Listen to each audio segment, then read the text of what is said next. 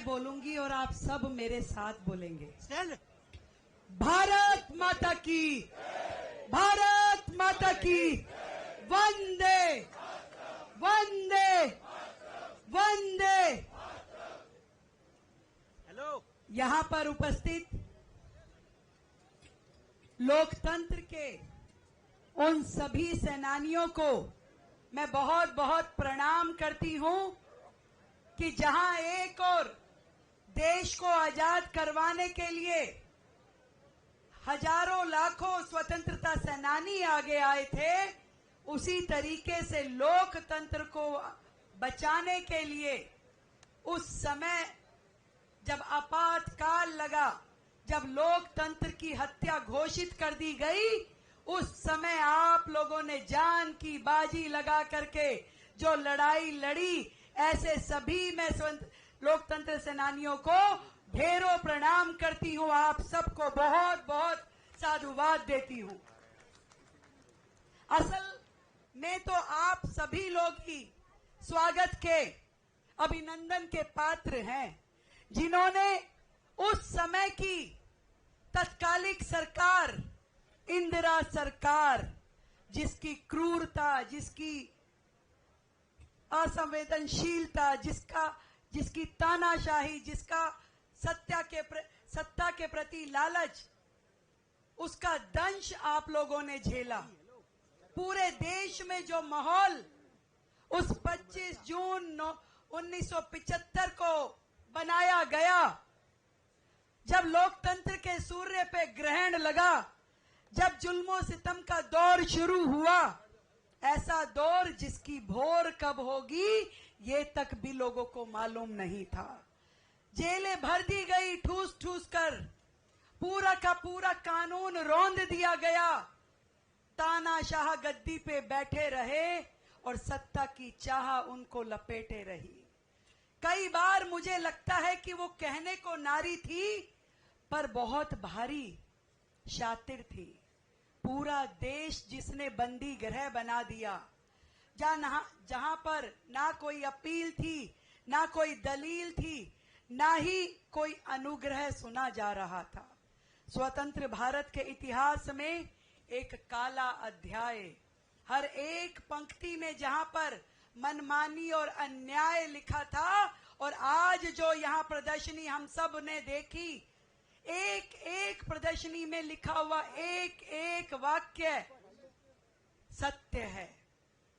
ऐसा सत्य जिसको याद करते हुए, जिसको अनुभव करते हुए रोंगटे खड़े हो जाते हैं।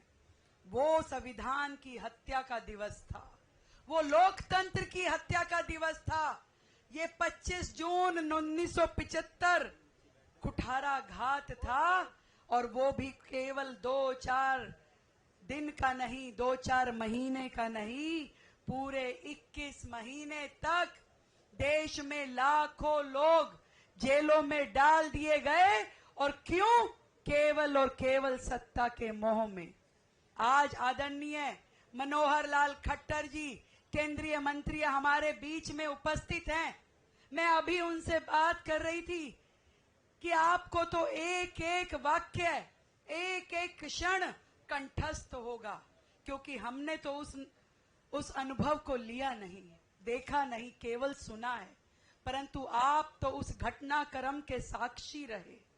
और पूरे देश में जिस तरीके की क्रूरता हुई और उस समय की पीड़ा की गाथाएं यदि हम सुनते हैं, तो कांग्रेस का जो लोकतंत्रवादी नकाब है उसको नोच नोच के उखाड़ा जा सकता है। वो लोग जो आज संविधान की कॉपियां जेब में लेके घूमते हैं, कहते हैं कि संविधान को दबाया जा रहा है।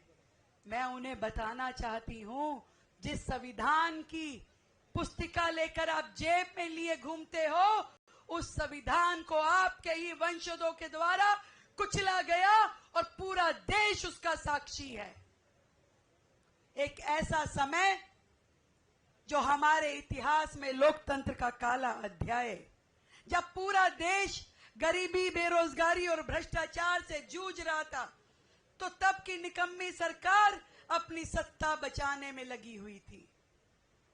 लोकतंत्र को बचाने की दिशा में कार्य तो तब माना जाता जब उस समय इंदिरा गांधी जी अपना इस्तीफा देती, जनता को सत्ता सौंपती और माफी मांगती, परंतु नहीं, उन्होंने वो सब काम किए जो उनकी कुर्सी बचाने के लिए ठीक थे, चाहे उसमें सच्चाई पे सेंसर लगाया गया हो, विचारों को बंद किया गया या फिर जेलें भर दी गई।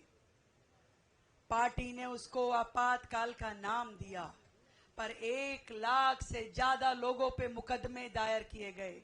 आप प्रदर्शनी में देखेंगे कि उस समय के जितने वरिष्ठ नेता देश में होते थे, उन सब के खिलाफ के वारंट निकाल दिए गए। प्रदर्शनी में वो वारंट साक्षात लगाए गए हैं, चाहे वो अटल बिहारी वाजपेयी जी हो, मदन लाल खुराना जी हो, अडवाणी जी हो, बलराज मधोक जी हो। लाखों लोकतंत्र सेनानियों को जेल में डाला गया, उनके परिवार रोते बिलखते रह गए। एक एक की कहानी सुनो तो रोंगटे खड़े हो जाते हैं।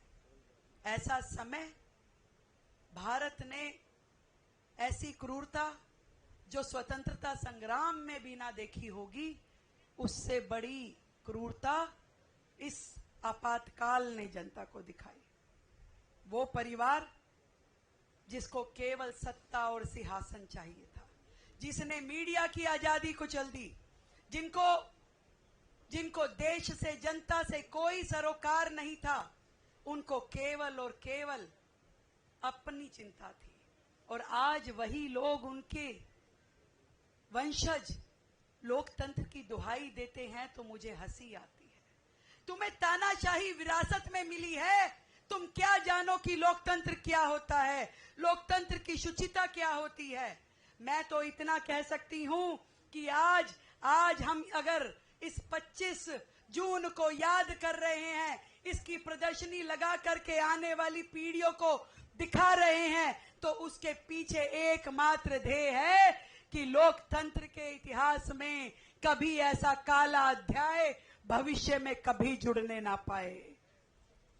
आज की पीढ़ियों को उसके लिए लगना पड़ेगा। और मैं ये कहना चाहती हूं कि देश में अब ना तो कभी कांग्रेस सत्ता आएगी, ना आपातकाल का वह अंधेरा हम दोबारा आने देंगे।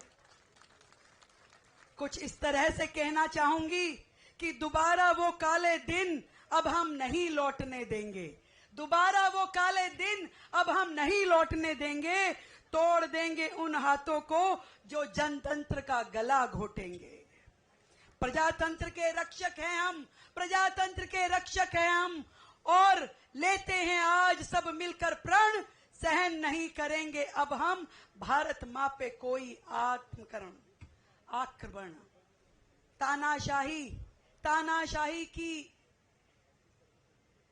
विरोध में जो नाम दिया गया देशद्रोह, अगर यही है सच तो फिर हम करेंगे बार बार विद्रोह।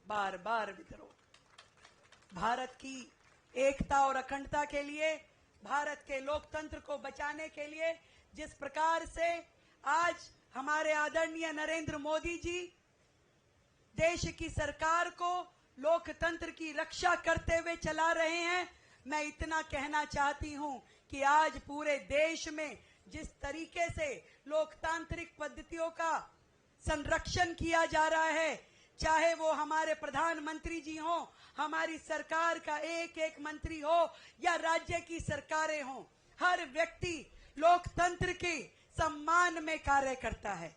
आज हमारी दिल्ली सरकार के मंत्रीगण यहाँ पे उपस्थित हैं, हमारे केंद्रीय मंत्री जी यहाँ पर हैं, हमारे सांसदगण हैं, और आप सभी लोकतंत्र के सेनानी यहाँ पर हैं। मैं हाथ जोड़ के आप सभी को प्रणाम करते हुए यही कहना चाहती हूँ कि 25 जून का ये काला अध्याय बार बार हम पीढ़ियों को याद दिलाएंगे, ताकि फिर कोई दुष्ट इस तरह की घृष्टता करने का अपराध ना करे।